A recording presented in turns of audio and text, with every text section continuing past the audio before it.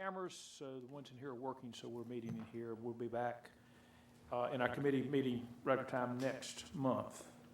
Mr. Turner, I know we've got a couple things that we need to add to the agenda. One is next month's meeting. Correct, and we also have a presentation by Duke Power. Duke Power, okay. I'll put those on the general agenda when we get there.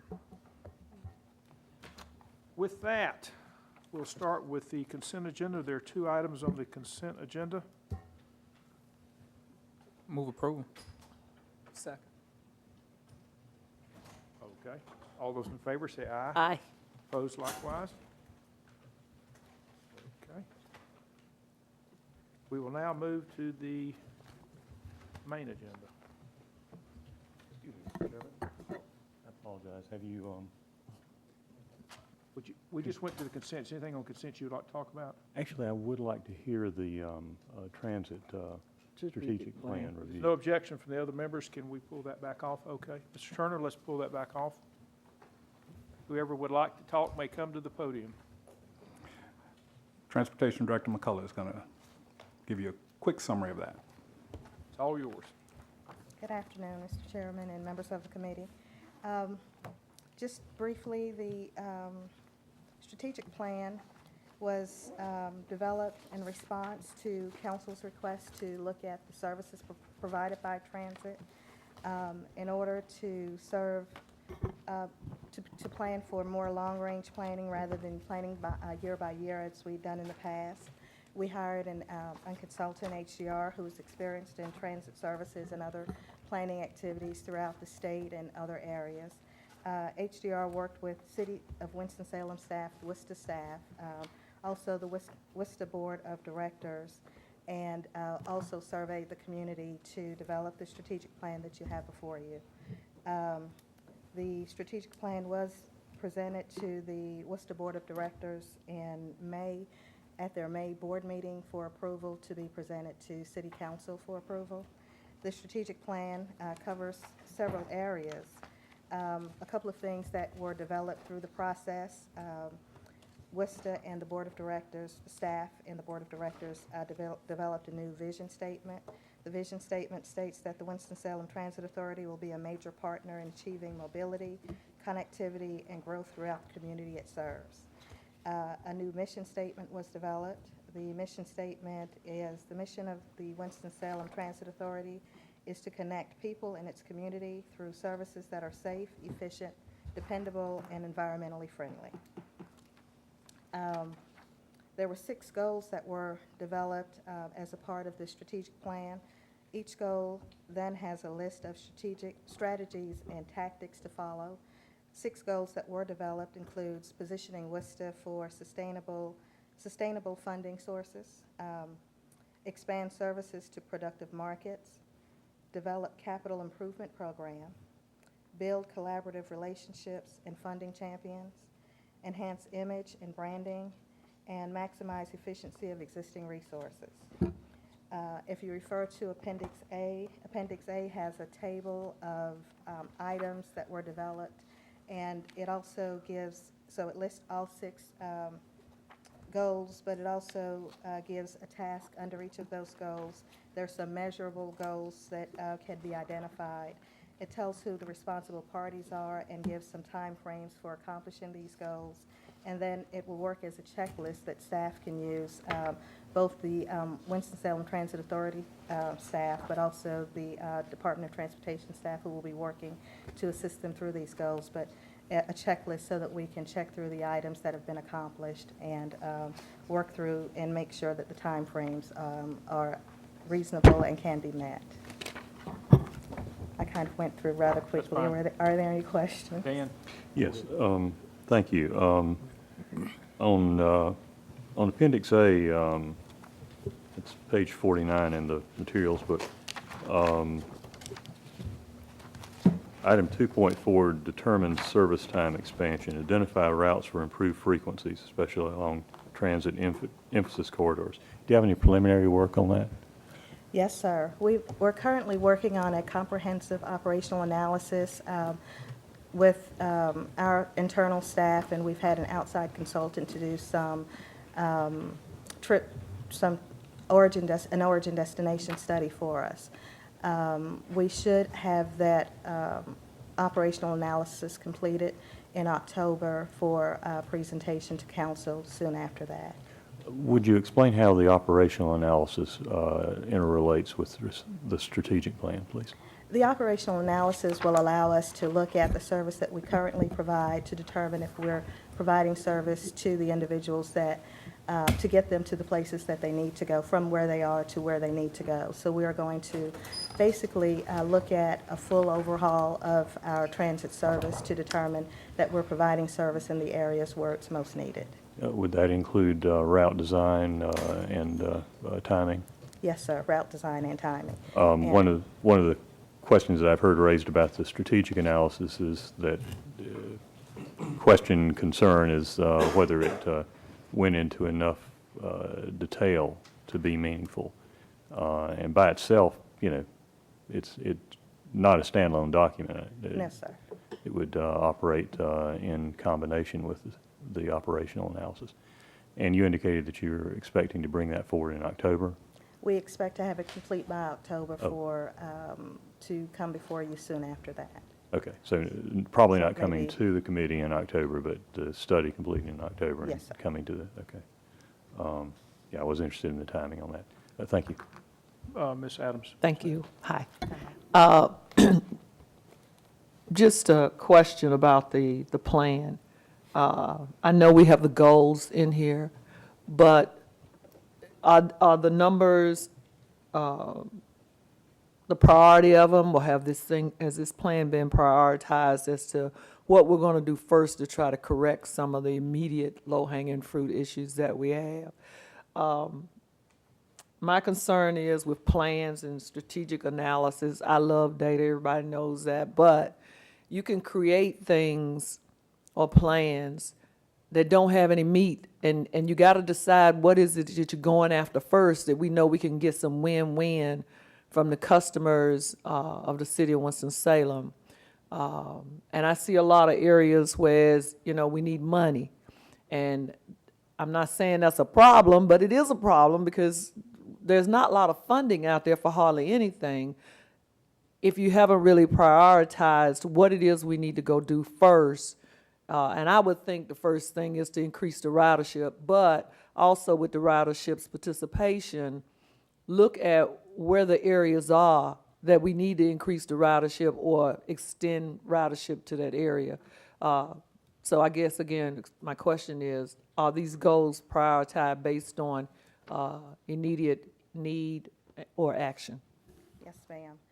The goals are, some of the things that we're currently working on, and we've been working very closely with the WISTA board and WISTA staff to determine how to go about meeting some of these objectives that are in the appendix. Some things such as the operational analysis, which is something that we thought we needed to address first to make sure that the service that we're providing is the most efficient and that we're getting to the customers, the current customers, but how can we then serve some customers who are not now using the service because we're not going to the areas where they are. Other things that we're looking at would include enhancing the image and branding. So there's some things that we will be working on in conjunction with the operational analysis once we determine where the routes will be, looking at improving some signage and some other things, and using everything that we'll be doing will be utilizing the existing funding that we have, but then also developing a plan to determine that these are other needs that we have and additional funding that we need, and then trying to determine where their other funding sources may be. So that things are being prioritized. I agree with you, such that we did not want a document that we would have completed to check off that we've completed something and then sit it on the shelf, but we wanted a working document, and I think that that's what HDR was successful in providing for us.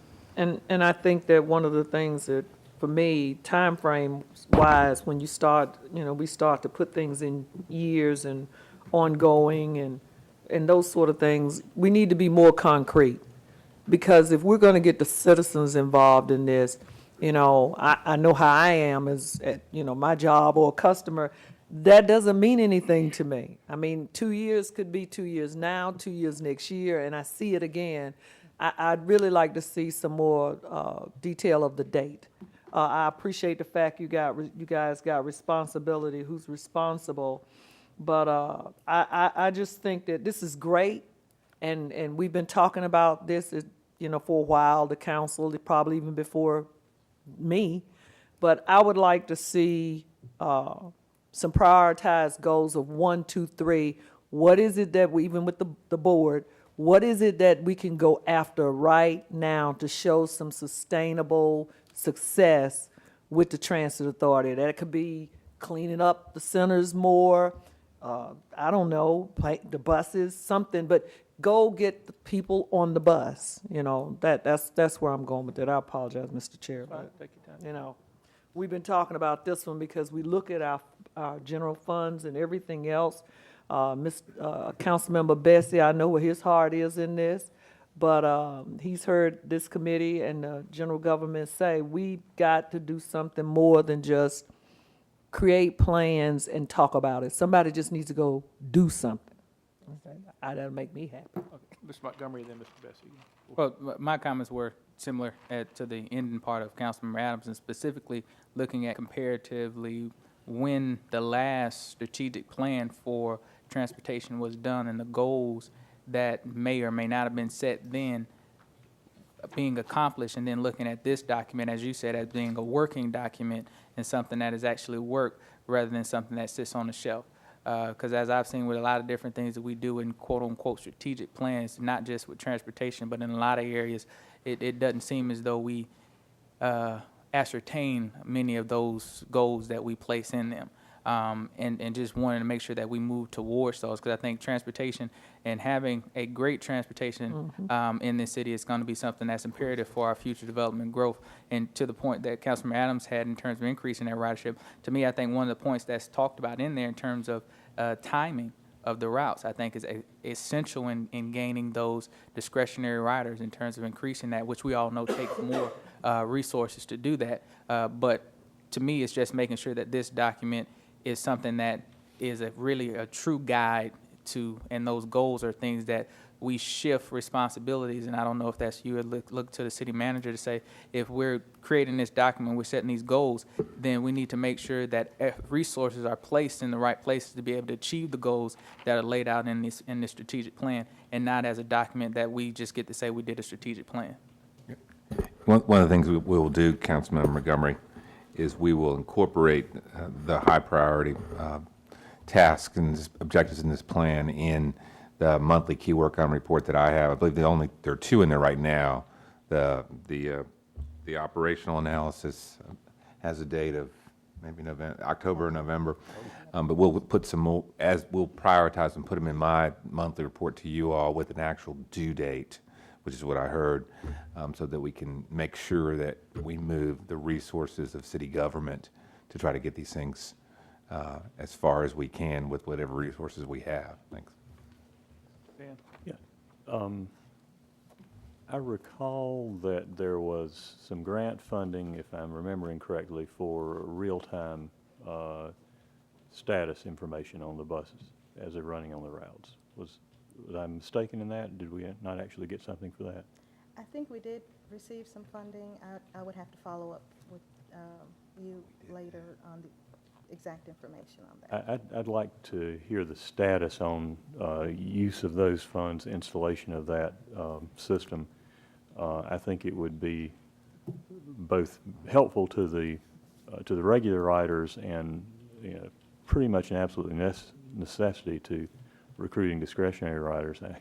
Just one example from not a month ago, I had my car in the shop. I needed to get downtown for a meeting. I walked out to the nearest stop and sought to see the bus rolling by on another street a block away because it had rerouted with no warning because of some street work. And it was not up on the website that there was rerouting. So we weren't using the resource we have now to advise customers, and there's no indication of the status of the real-time, of the new resource that we hope to get. One of the things that I hear from critics of the bus system which I don't think is well-taken criticism, but I hear it, is that they see folks riding the bus and they have their cell phones. Well, a cell phone is a lot cheaper than a car, guys. And there are a number of reasons why somebody would be riding the bus by necessity or choice and have a cell phone as a communication tool, but not have a car. But that means that you've got a lot of people on the buses that actually have access to that resource of gaining information on when the bus is going to be coming, if it was available. So, just talking about an immediate low-hanging fruit kind of thing that we can work on. Thank you. I have a few comments, but anyone else, Ms. Taylor? Okay. A specific question and a comment. Yes, sir. I leave my house, I take the bus downtown to the bus center, switch buses, go to Baptist Hospital where I work. I don't, but this is in the afternoon, I get on the bus, go back downtown, and take a route back. It's 4 buses. Does that count as 4 trips, or 4 passengers, or 1 passenger? Because I see in here you say we have 14,000 daily passengers. How was that number counted? How's that number calculated? As I recall, it's 2 passengers. Your morning trip is 1 passenger, and your afternoon trip is a 2nd passenger, and it's 4 trips. So But we'll check and make sure. when we count the number of, checking this, but when we count the number of people, how do we know if I switched buses and went out to Baptist Hospital or got off the bus and worked at the Wachovia building, for example? We do, if you get a transfer, we know that. So How about that's if I got a we- monthly pass? We'll check and let you know how Let me we know now, calculate okay. that. Just a general comment, and I think this is kind of what I'm hearing from several other folks up here, but my main concern with this report, I thought it was awfully generic. With the exception of the appendix, you could change a few words, and this would apply to about any city our size in the country. I just thought they were very, very general comments. I was looking for a little more meat, and maybe it's coming later on, and I'll just give a couple examples. To the best of my knowledge, I don't remember, and I looked for it, now I may have missed it, but we just spent $1.3 million on a new satellite transit center on MLK, the old Union Station. I don't see, and if you want to read through it, let me know otherwise, but I didn't see the term Union Station in here, or whatever it's called now. And so to me, that is and I have been I have expressed vocal concerns about that, but I do think one of the strategic questions is, since we operate a hub and spoke, how do we operate a hub and a spoke and a mini spoke, I guess you'd call it. And to me, that should be addressed here, how that coordinates in there. The other one is, and I'll just give you another example, if you look at the subsidies that we give all the bus routes, I would say the least is maybe $2 a ride or $1.50 a ride. It's kind of hard to read that table that's in the budget report. But most of them are $2, $3, $4. But then the downtown trolley loops, $20. Now, thankfully, a local employer pays for about half, but it's about a $10 per rider. And to me, it is clearly an outliner, and that needs to either be discontinued or incorporated into another route or something. But I just can't think the city can afford to subsidize $20 per rider. I mean, you could have limos stationed around town and give people a free ride anywhere cheaper than that. So those are the type of things I thought we were going to address. And the second one has to do with maximizing or optimizing of routes. I just give my one pet peeve. But employers change, demographics change, population shift, and so we always have to be moving, where we stop, where we start, where the routes go, et cetera, as we work with that. And I guess I was just a little disappointed. I don't necessarily disagree with anything in here, but I thought it was awfully generic, and maybe it's coming later. But I would have thought these people would have looked at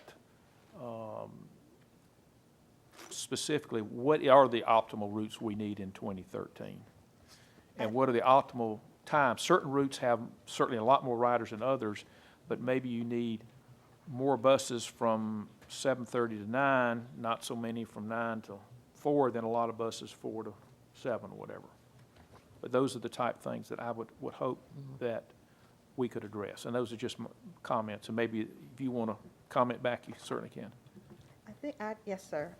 Some of what you're talking about will be addressed in the comprehensive analysis. Okay. And so the strategic plan just really laid out basically goals and tactics that we could use to make was to better but it did not give, it didn't specifically, it referred to the comprehensive analysis, but the strategic plan was not intended to complete the comprehensive analysis. Okay. The comprehensive analysis is a part of the goals of the strategic plan. Okay. And so you will see some of that information that you're talking about, the rerouting, and how the effect of the example that you gave of having to go from where you live to the hub downtown and then transferring to another location, how that could be affected by maybe a more direct route. Yeah. So those are things that will be incorporated. And in I just think one comprehensive other, analysis. I think there's been some concerns whether or not we have enough spaces at the current bus station at certain times of the day, enough docks or gates or whatever the term may be. So those are the type things that I think we need some more meat to. But anyway, any other questions, comments? Dan, we held this out. Would you like to make a motion? I'll move approval. Second. All in favor, say aye. Aye.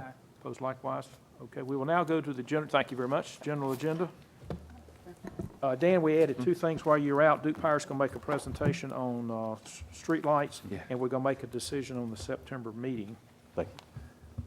which is, we'll get to in just shortly. Okay, item number 1. Item G1, resolution authorizing permanent honorary street name, Robert Leake Senior Lane, reviewed by Public Works Committee. This item was remanded to the committee by council on July 15, 2013. Does anyone remember why it was remanded to us? Mr. Taylor? Public hearing. Oh, So do I if need, you'd like to open a public I hearing? need to have a public hearing now? Yes, Okay, we please. will now have a public hearing on G1. Is there anyone in the audience who would like to speak concerning this item? Seeing no one, I'll close the public hearing. Are there any comments from any of the members? Mr. Taylor, did I hear a motion? Whose ward is this? Would you like to? Yeah, I would. I just want to say a couple of comments about Mr. Leake Sr. He's been a pillar of our community for many, many years. He was recognized by the council at large for his work in our community. We've made significant progress in the Southeast Ward, particularly in the Easton community. And part of the reason for our success was because of the hard work that Mr. Leake has done in the Easton community. He is no longer with us, and the family has asked that we honor his memory by going with this honorary street sign. Okay, you're not a member of the committee, but is there someone who can make a motion? Move approval. Second. Second. All in favor, say aye. Aye. Opposed likewise? Excuse me, Mr. Montgomery. Question. I think it was asked some time ago in regards to the number of permanent honorary signs that we were doing, and we may have gotten that report, but we get a whole lot of stuff. We'll send it back out. Okay. We'll put that in the next time we mail. Okay, G2, please. Item G2, resolution approving the River Chase Neighborhood Traffic Calming Plan for funding and construction, recommended by Public Safety Committee. This item was remanded to the Public Works Committee by City Council on June 17, 2013. Is there anyone from the neighborhood or the developer here? Okay. I don't have believe some so. comments. Anybody want to make some comments before I say something? I had two concerns with it. It may have been my idea to remand it to us. One is the number of empty lots. I want to be sure that the developer is in favor of it, and I guess the converse of that is if you were to vote, the developer must have, I'm assuming every lot that doesn't have a house the developer owns, it's got to be 80% of them are vacant. So I want to be sure that if in fact the developer wants it, do the people that actually live there want it as well? And I do have very basic concerns about putting this many street bumps in, or whatever they're called, traffic bumps in, when, 80 to 90% of the people that are going to live there, homes haven't even been built yet. So do we have any feedback from anybody? As I understand it, it is supported by both the residents and the developer. In order to have a sufficient petition, of course, you had to have support from the developer who still owns the majority of the lots. But it is our understanding that the homeowners also support it. Okay. Any questions, comments, Dan? Yeah, I've made clear, I think, in other discussions that I strongly disfavor speed bumps on public streets. I think it's almost always bad policy overall. And I don't see anything from this map. I can't tell anything unique about the neighborhood that would, in my view, overcome a disfavored alternative. I would be prepared personally to listen to an argument for why we ought to use them here and not use them in hundreds of other functionally equivalent situations around the city. I don't see from this map where the connecting streets connect to, so I can't tell whether there appears to be some kind of unusual cut-through pattern, and there's no one here to ask about that.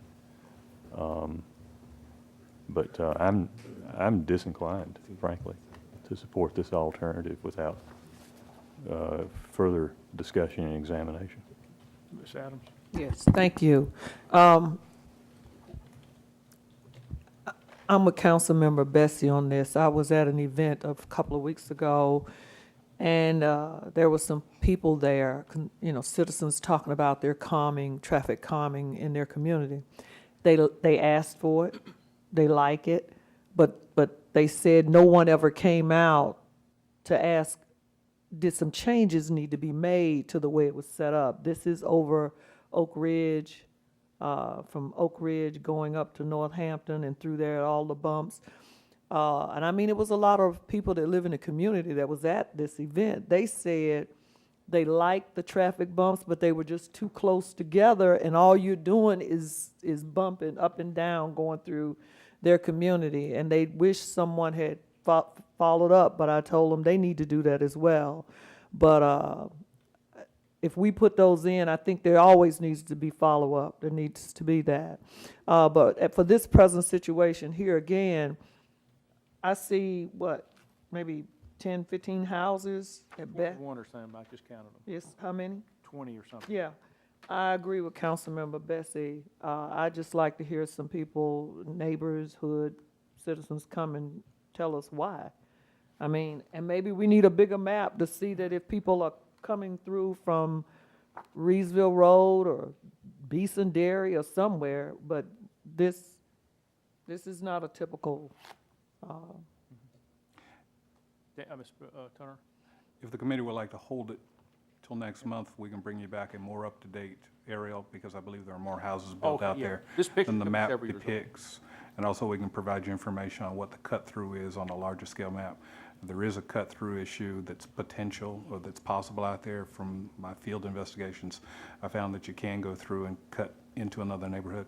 I think a bigger issue for the neighborhood, however, is people who live what we call shallow in the development, having problems with people who live deep in the neighborhood speeding past their homes. So we'll bring you back additional information if that'd be acceptable to the committee. How old is this picture?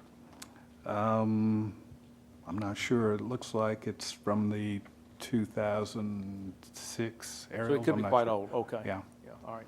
So we'll hold it in committee, and we'll try to get more up-to-date photograph and a larger one so we can see the cut-throughs. And whose ward is this? I believe this is in Councilman Burke's ward. Okay. And I believe, if I recall, the neighborhood initiated this, and their concerns, and we'll bring a report where about, as Mr. Turner said, about people cutting through to get to the older neighborhood behind the newer neighborhood. Okay, that would be, we'll hold it. Mr. Montgomery? My question is not on this one, it's actually on another traffic comment on Pecan Ridge neighborhood, and just an update on where this, they have one that should be coming in some type of traffic calming measures that they've requested, and we work with them in that neighborhood and just trying to figure out where we are with that. We'll check and bring that back. I did have one other specific question that occurred to me. Are these,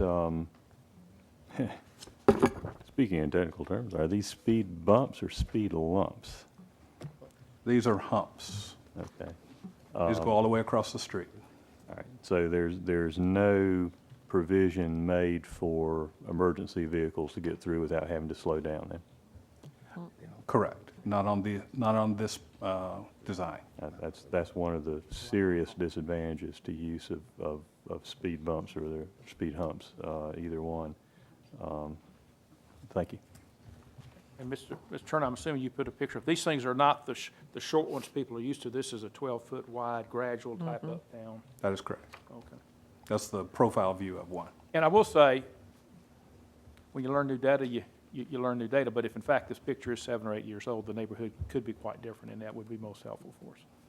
Chairman Clark, I did want to point out on the question from Councilman Montgomery about Pecan Ridge, that was actually on Public Safety's agenda yesterday and was forwarded to full council. That's good. Okay, because we, C2 on consent of Public Safety from yesterday. okay. All right, so we'll get some more photographs, and we'll bring this up at the next meeting. Okay, G3, please. Item G3, update on Martin Luther King Jr. Drive Streetscape Enhancement Project. Turner, you want to comment? We have Drake Fowler from the design workshop who worked with the Creative Corridors and city staff in preparing the report on Martin Luther King enhancements. These are potential enhancements, and he's got a PowerPoint to show you. All right, come on up, Mr. Fowler.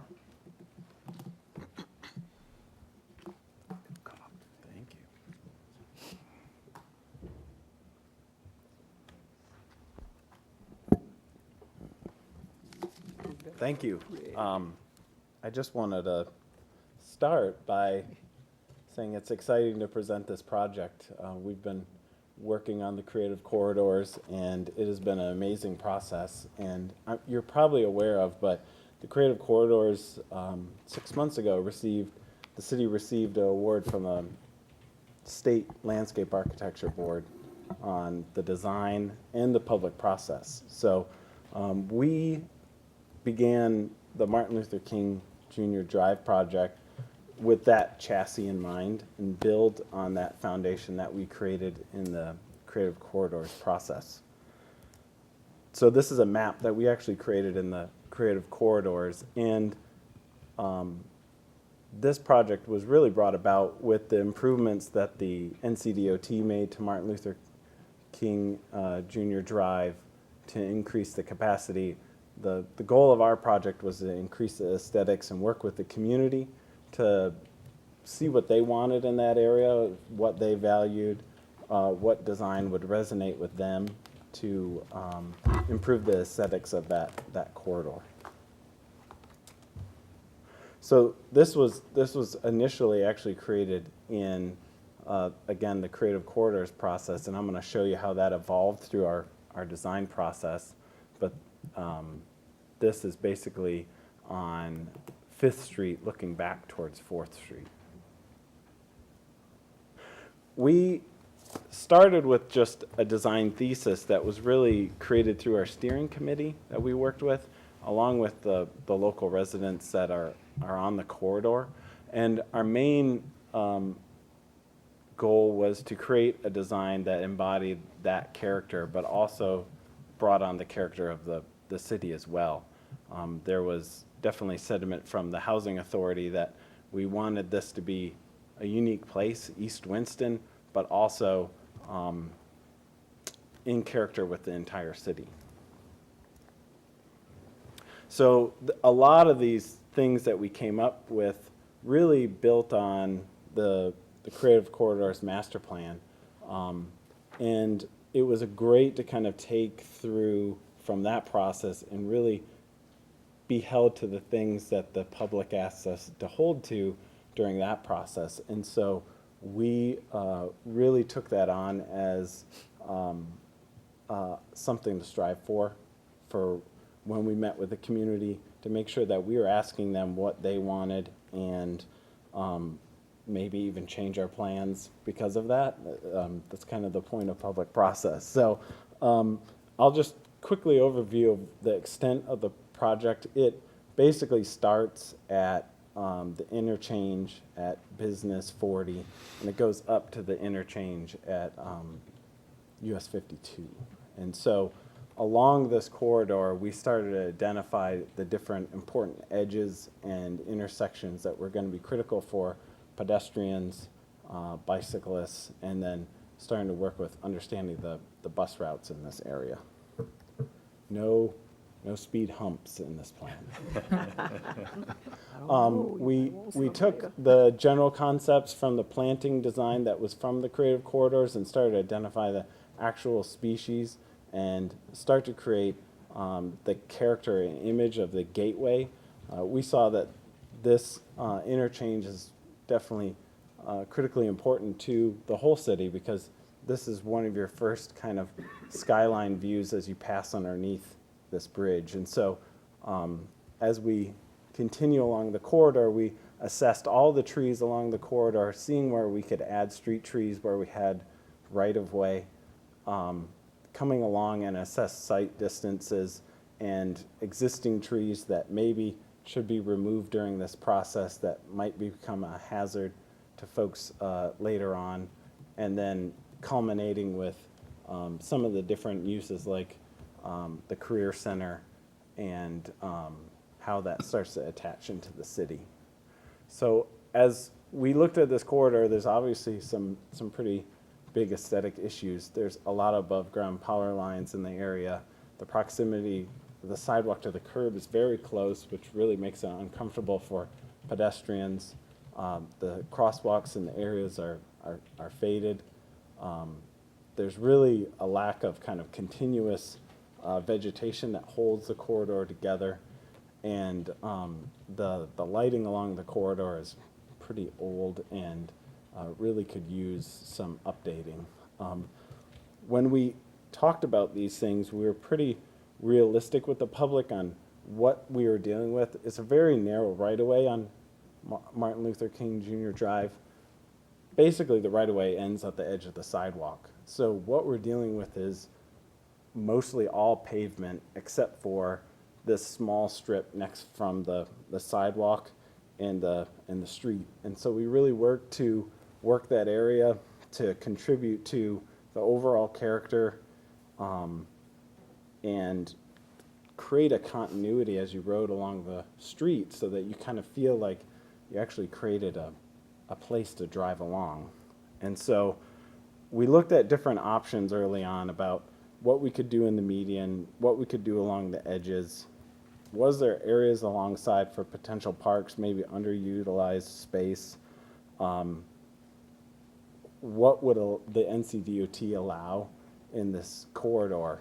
And so when we first, Greg Garrett actually charged us to try to push the limits of what we were designing and that we would come back to the public and see what resonated with them. And so we actually then did a budgeting process and asked prioritization of what they think we should do first and what are the things that maybe we thought were neat but just really don't matter to residents as much. And I'll summarize that towards the end.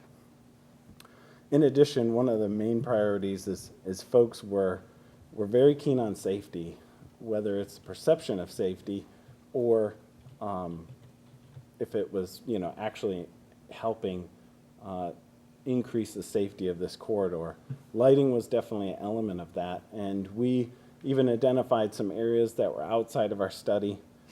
In particular, the bridge at 52 currently doesn't have any lighting underneath it. That came up over and over in our study. It's kind of a quagmire of different agencies because you have NCDOT and the bridge folks and the city road and then Duke Power trying to get that. But we put in our plan a recommendation to add lighting underneath the bridge. That was voiced by the public that, and really I've went under there several times. We've walked this corridor at night and it's definitely a dark spot in a fairly actually well-lit road. The other element was going along with the creative corridors was what are the art elements that we could bring into this plan? And we came up with just a general hierarchical structure of that we would have maybe something, a large monument that would make a big statement, some more district monuments that kind of maybe identify historic kind of East Winston area, career center, and then kind of the gateway to WSSU. And then are there some things in the center of the road that really speak more to the community, and then maybe some more things that are at pedestrian level. And so we brought multiple designs of these to the public, and we came up with this concept that, you know, at this point, we're at the design development stage, so there's certainly still room for changes, but these are the kind of different shapes and forms and organizations that we heard from the public made sense to them. Mainly, they really like the idea of these community panels that would happen along the sidewalk that they could share their stories on those. The Creative Corridors has already organized some groups to start drawing some of those stories out from the folks along this street. And so we look for areas that we could add these elements, but not necessarily add more obstructions in the road. So could we use different light poles as a structure that's already there to mount them on? We went into detail how they could be constructed so that they would last and that they would, you know, be free from kind of the traffic kind of concerns of people hitting them. We are inspired by some of the fencing along the edges, and so in our plans, we do have some fencing that will separate the pedestrians from the roadway. This is kind of an illustration of what that might look like, similar to kind of what we see on University Parkway, and cutting out sections of the sidewalk to kind of bring prominence to those community sign panels. We think that would be really neat. So this is kind of a blow up of this, and this could share like the story of George Black and the bricks, and yeah, it could be a really rich experience walking along the street. We've integrated color choices for the crosswalks that would be similar to the city standard. Kind of went around on that if it should be unique, and eventually we ended up with the public saying, no, we kind of want to be like the rest of the city, and the way that some of those have been articulated. We also looked at some areas along the corridor that could be parks. This wasn't really in our scope of work, but there was a couple of neat opportunities, so we wanted to expose some of those. They're just concept plans, but this is a section between 3rd and 4th Street that could have a really neat linear park with maybe a bus hub that could be maybe offline from the street, so buses could wait there a little bit longer. You know, we looked at, you know, does that monument sit in that park and kind of sit in the middle of historic East Winston? There's other sayings. We actually went to the public and they came up with some of these sayings that could go on that panel. This is another concept that would be a little bit more curvilinear with pergolas and be a little bit more of a respite from the sidewalk being so close to the street. This is not necessarily a great idea because it's next to the newly acquired Union Station. Is that what we're calling it? Mm-hmm.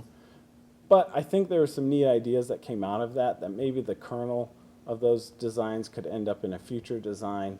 Really, it kind of centered around how we could honor individual peoples from the community. We often hear, actually, James Taylor said it today, like a pillar in the community. This would be maybe more of a literal where we could have pillars in this park and could honor individuals in a more permanent way in this area. I think that area obviously needs some intense study. It's amazing. It could be an amazing opportunity, and I think our concept was just to say, what would a park, if you left the current circulation the way that it is, look like? We met with DOT, vetted all of our site distances and species with them at the interchange locations. These are larger trees that will flower in the spring. We went with a more gridded kind of structural look, so that it really makes a statement as you're driving along the highway, since those are really big landscapes. This is my last slide. It's really, we took the public through this process to say, there's all these different elements, and we used the keypad polling, so we got pretty good data and saying what is important to you. And a lot of things actually were focused around the pedestrian experience. They wanted really nicely wide, clear crossings. That's really important to them. The areas of sidewalk that are currently spalling, those need to be repaired. We've identified those areas. That 2-foot space in the road, getting that with plants that are living and black fencing along those. The interchanges also, they recognize that those were important. Some of our more freestanding artwork things, they liked it, but they said, you know, we really need to get this, we want this street to feel safe and for us to be proud of. So we've done, in some initial preliminary budgets, you can kind of see that darker color along there. That's kind of where our current budget ends. And there could be some horse trading between certain different elements, but so we designed bigger than our budget, and then we asked them what should be cut. And so I think we ended up with a plan that's realistic and that people understand. And I think it could be a street that Winston-Salem could be really proud of. So if you have any questions, I'd love to answer them. Questions, comments? Dan? Quick comment. That's an interesting ranking there. So these are participants in the workshops and the ranking of what found important. Looks like the pedestrian safety functionality clearly is top, and then the second set are trees, basically shade, greenery. Yep. Human comfort. Yeah. Interesting. Thank you. We I'll just add, we had multiple public meetings, and we actually had usually good attendance from 80 to 150 people attending. So we got a good cross section, I think, from the community. Mr. Montgomery? Just overall in terms of current process of where we are, and with the design and what we've done, just getting a better sense of that process and that timeline. I know as a council, we approved our local match to what we'll be looking at this in our past budget. I know we're partnering with the Creative Corridors, and the executive director is here today. But just giving a sense of that update on where we are with all of this. Well, we're at the end of the DD phase, so we're right at the cusp of going into construction documents and making, drawing up the bid documents so we can bring the project to bid. So that has been assigned to folks in the engineering department, and we are beginning that process to kind of create the final punch list for our drawings of what needs to be included. And from the city side, the administration of these funds is more technical, and so they need to make sure they have the proper staff on the project. So that's happening right now. Correct. Anything to add? Greg? You want to make a comment? That was correct. Okay, any other? So I guess to piggyback on Mr. Montgomery's comment, are we going to see at some point a complete final, this is what we think it's going to look like for the whole stretch? When the bid documents come to council for approval of the contractor, we'll make sure you see the final design. Okay, all right. Thank you very much. Thanks. You don't need any action, this is just for information. Information. All right, folks, we had 2 items we added to it. I'll do the easy one first. A month from now, for the September meeting, is actually September the 10th, which is the election day. Some of us do have a reason not to be here that day. I would suggest that we tentatively schedule the meeting for that Wednesday, which I believe is when general government has pushed theirs back to. That is my proposal that I will bring to committee immediately after this. And I will say, Mr. Turner and I do talk regularly throughout the month, and if there may or may not be enough items for the September meeting, But hearing no objection, we'll schedule it at 5 o'clock before the 6 o'clock general government meeting on Wednesday. Is that okay with everybody? Okay. Last but not least, we have some folks here from Duke Power. Mr. Fife, if you'd like to introduce yourself, give your name, address for the record, and then you may talk to us. Sure. Jimmy Flythe with Duke Energy. I live in Winston-Salem at 709 Lancashire Road in Winston-Salem. I'd also like to recognize Chris Kirkpatrick. Chris is our manager over the street lighting repair process as well as other routine repair work. And so I brought Chris with me in case there are questions you all have that I can't answer. I provided a handout, just a brief summary, just to give you an update of the repair process, and I'll talk through that, and I'll kind of go through this information fairly quickly, and then if you have questions, be glad to answer any. First thing I just wanted to point out, just to let you know the scale, the city of Winston-Salem has a little over 32,600 street lights. And then to kind of go through the repair process, so far through the end of July, we've had 2,800 lights repaired that were done within 3 business days. Typically, when we get a request to make a repair, our goal is to get it done and to get it repaired in 3 business days.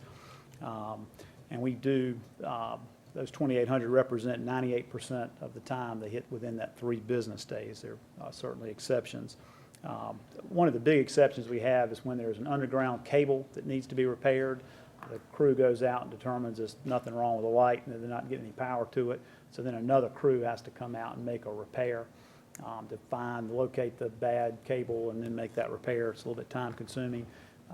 And those we have a goal to do within 10 days. And as you can see, about 95% of those, there were 90 of those underground repairs that had to be done so far this year. And we did have 5 of those that didn't meet our goal. 4 were done in 11 days, and these were business days, and 1 in 17. And just to explain a little bit about the repair process, generally speaking, most of our repair is done by a contractor. I believe it's ALS, is that right? ALS is the contractor. We've got 2 contractors that work first shift, daylight hours, and then we've got 1 crew that works the night shift. And those guys work together pretty well. Sometimes if you get directions and they can't figure out from the directions or maybe determine which light was out at an intersection or along a section of street, they'll kind of push that back to the night repair man when it's dark and you can see whether the light's on or not. You know, repairing lights in the daytime, you've got to have good directions. And then we've also got some crews that work third shift primarily for outage response, but we will have them. It's not part of the rate to have lights patrolled, so they don't patrol, but they may ride through certain thoroughfares and make some repairs as they go. And then the other piece of it, the repair crew that's working at night, if they're on a pole repairing a light that got reported, if they can see within sight line of where they're working another light that's out, depending on what their work schedule is, they can go ahead and make that additional repair as well. So they're trying to be as efficient as we can. And then just to go through the next bullet is just talking a little bit about the different mechanisms we have to report lights. Lots of times citizens will report lights through CityLink. We feel like we get really good data. I'd like to give an attaboy to CityLink. They've given us good information typically, and we work pretty well with them. Chris works very closely with the Dean Skiles on city staff if there's issues with problems. I know some of your community liaisons will call me directly or send me an email directly when maybe there's a light that seems to have taken a little while, and we'll research those. I'll send them to Chris or create another work request to get those done. So there are several mechanisms. Citizens don't have to go through CityLink. They can call us directly as well, or use any of these mechanisms. Another point that I wanted to make too, just to make you aware of in the process of our street lighting, of those 32,600 and some odd street lights, about 6,500 of those are mercury vapor. And I won't go into a whole lot of detail about that, but the mercury vapor lights, I think it was a federal act in 2006, has kind of edged those out. So they're being phased out. As long as we can still get new bulbs, when they go out and make a repair, if we just need to put a new bulb in or a new photocell, they'll repair those existing mercury vapor lights. but if one of them fails, we don't have the material to put a new mercury vapor light up, so it's replaced with a high-pressure sodium fixture, which is what the majority of the city street lights are, so there's a process you get to there. And one of the issues that may eventually come to is you end up with a street that's got the sort of the What, light one of them color. are yellow and one of them kind of a bluish Yeah, white. Which so is the which? yellow is the high-pressure sodium. That's what the majority of the street lights are. The blue, and they're in older neighborhoods, the mercury vapor are sort of the bluer tinted lights. And what you'll have over time as we start to change these lights out, you'll end up with a mix, and you may end up with citizens complaining, saying they don't like that there's, different lights, and they may want us to, which would be up to the city to decide we want to change all of that street out to a newer fixture. And that kind of leads me into talking a little bit about LED lights. I get a lot of requests from cities wanting to know what the status is. We're in the process right now of reviewing LED street lights, and we're working on a new offering that'll be competitive. Right now, the way we've got to do it is sort of an emerging technology rate, and it's very, very expensive. Honestly, I don't think we've had any cities that have implemented the LED lights unless they've had some federal stimulus money to help offset those costs. But we do think we'll have a light or an LED offering that'll be out later this year, hopefully fourth quarter of this year, that will be somewhat competitively priced with the other high-pressure sodium street lights that we have available now. And the LED light will be sort of more of a bluer match. And, this is me speculating, but it may work out that if that becomes the standard replacement, it may fit in and not stand out as much with the mercury vapor as you kind of go to that new LED fixture. And then another point just to talk about, we do have, right now, the only way we know a light's out is when a citizen calls. And like I said, sometimes crews will see some and note that and make the repair. But there is a tool, or there's an offering to put a sensor on the light. It costs about $2.50 per light. I don't think any cities that I'm aware of have taken that up, because you're talking about the average cost of a light in the city of Winston's about $9 a month. So to add another $2.50, so it automatically reports is very expensive. The technology essentially is sort of like a cellular phone on every light, so you can see why it would be so expensive. But we're investigating other technologies, and as you thinking about smart grid and the technologies that are coming out, someday I think you'll have that where the lights will self-report just like a home when it's off, it'll self-report. But today the technology is not, I would say, cost-effective right now. So, that's generally what I wanted to share. I do kind of point out one of the things we have at the Black Theater Festival that came up. Chris worked real closely with Deneen Skiles about a week before the festival, and we got most all the lights downtown burning the Friday morning before the festival started. So, like I said, we've got a great working relationship with city staff, and we do really appreciate that. I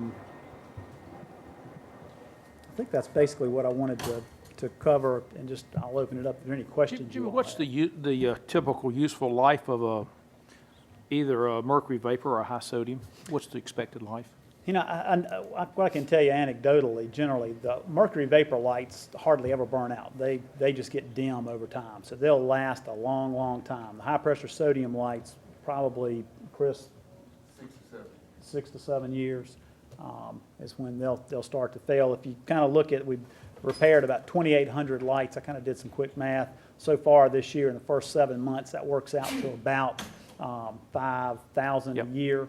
And kind of divide that into 32,000 or so lights. It's about 6.5 years would kind of equate what Chris is saying as far as the useful life of the lights.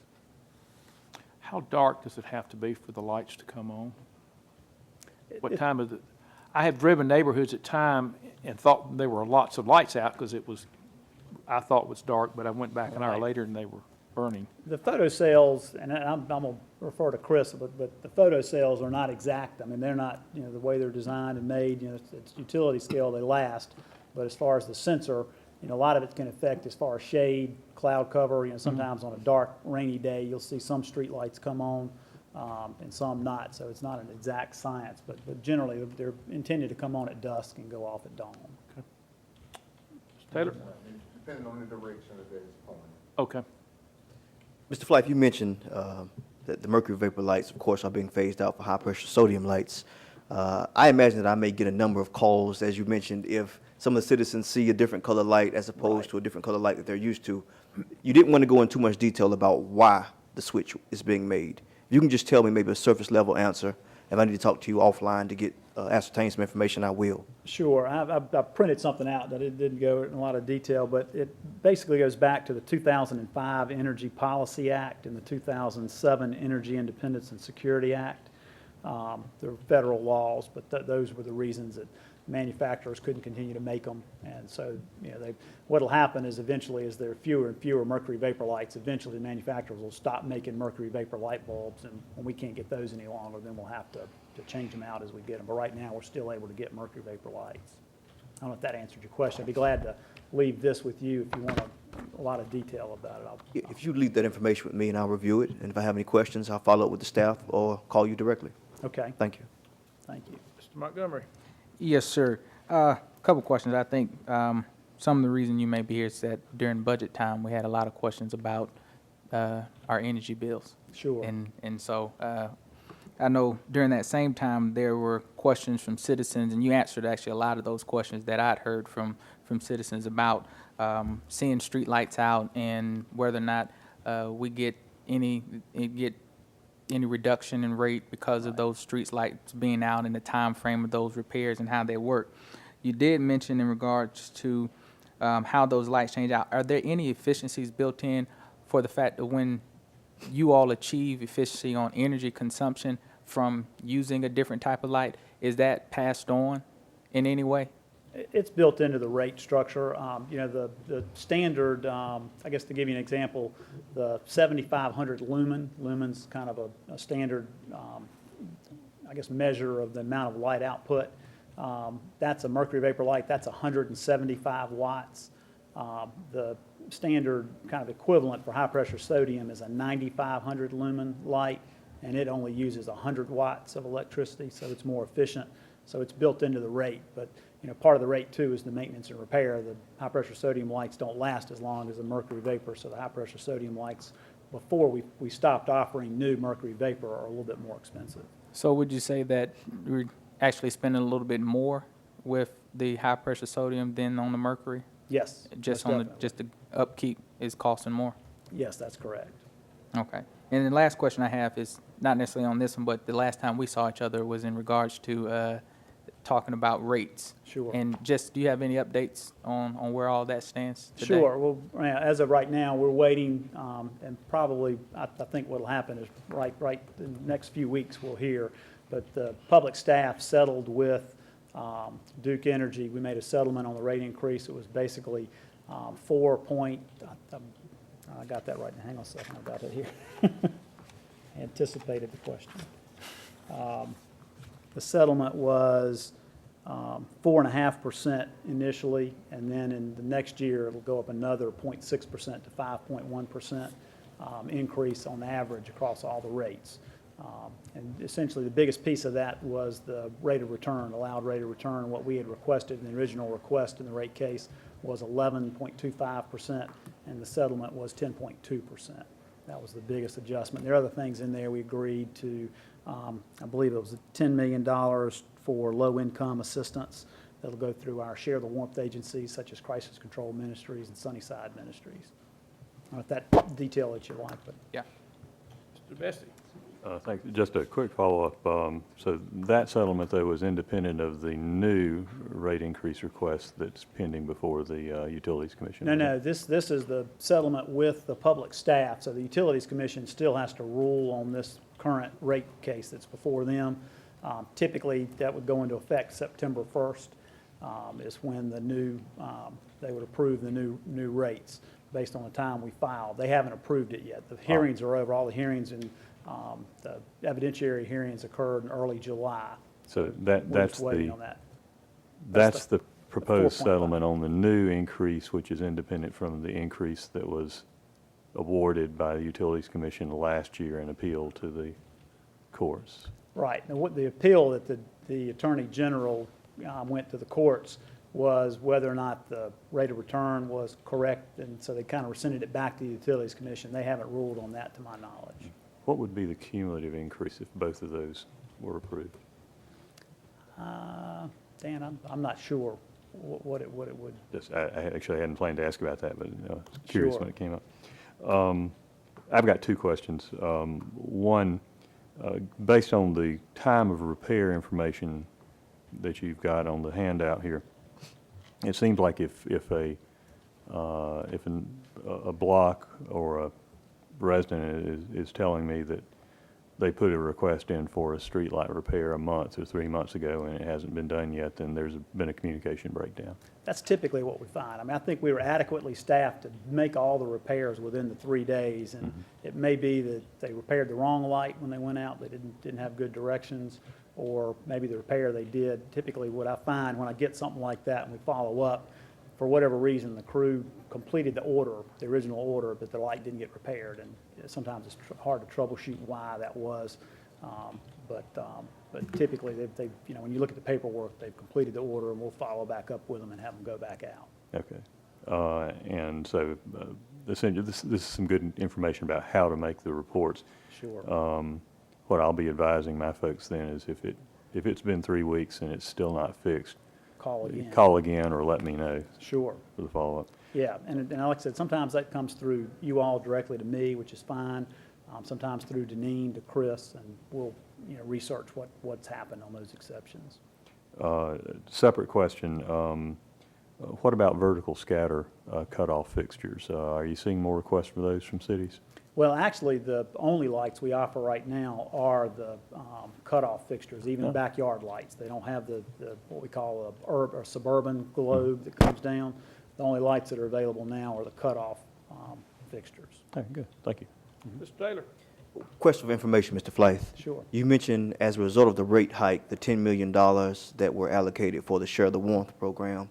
I'd just like to know what local agencies are participating in that program and how much money has been allocated to each agency. That may not be something you have today, but if you can get that to us as soon as possible, Sure. I'd Yeah. appreciate it. Yeah, and like I said, the two agencies that are here in Forsyth County, I can tell you that, is Crisis Control Ministries and Sunnyside Ministries. But I can find the allocation of how that gets spread across and what the allocation for here is. And they currently have got some money from the last rate case, the same settlement. They had, I think it was $10 million there as well that went to low-income help assistance with power bills. And as you know, periodically, we do receive calls from citizens Sure. with requests for help and assistance. And we just want to know, where do we refer the citizens to? We'd like to have an idea of how much money has been allocated from Duke Power to these types of programs so that we can definitely be as informed as possible when it comes to educating our citizens. Sure. We've got the Share the Warmth program as part of our foundation, the Duke Energy Foundation, for years. I don't have the numbers in front of me, but it's several $1 million. Puts up $500,000 a year that's matched by citizens and customers and shareholders and employees, and that usually generates about $1.3 million a year. So the $10 million additional is quite an influx, on top of what's normally available. So, but I'll be glad to research and give you. Let me just shoot you by email, or? That'll be fine. Sure. And there may be other council members who need the Actually, information. send it to Mr. Turner, and he can be sure, Okay. because there are people here that aren't here tonight that would like that information. Sure. Thank you. Ms. Montgomery? That's across the state? It's Yes. Yeah, right, okay. Is that the state or just your footprint? Well, no, I take that back. That's the Duke, after the merger with Progress Energy, you've got Duke Energy Carolinas, which is basically, goes from Durham to Murphy, across the state down to Charlotte. The Progress Energy territory is a separate settlement rate case, that's Asheville and then basically eastern North Carolina. So that settlement is with the Duke Energy Carolinas territory, not the Duke Energy Progress territory. Okay. Yeah, so I think there were some good comments, and just said we all get calls on this. I will say, I think I actually did them online too this year, and they were fixed the next day, so I was. Great, thank you. I will say this to folks that may be listening. It's harder than you think to describe where it is, because It is. they're oftentimes not in front of your house. They're on the border with your neighbor, whatever. And so in this case, it literally was on the property line, and we gave both addresses and said it was between them. They got it worked. Yeah, it's difficult, especially like on Peters Creek Parkway or Haynes Mall Boulevard. Places like that are difficult to report. And we are investigating some different tools, maybe some apps on cell phones even, I've heard, that, you could capture a GPS point and have an app to report the light out. So So they are stand beside a pole and investigating. hit your app, and it'll report it or something. Yeah, so they're looking at that. I don't know if you can safely do that while you're driving. I hope not. Okay, any other questions, comments? Thank you very much. Thank you. Appreciate it. I think that's it. Anything else to bring forward? If not, we'll stand adjourned. Mr.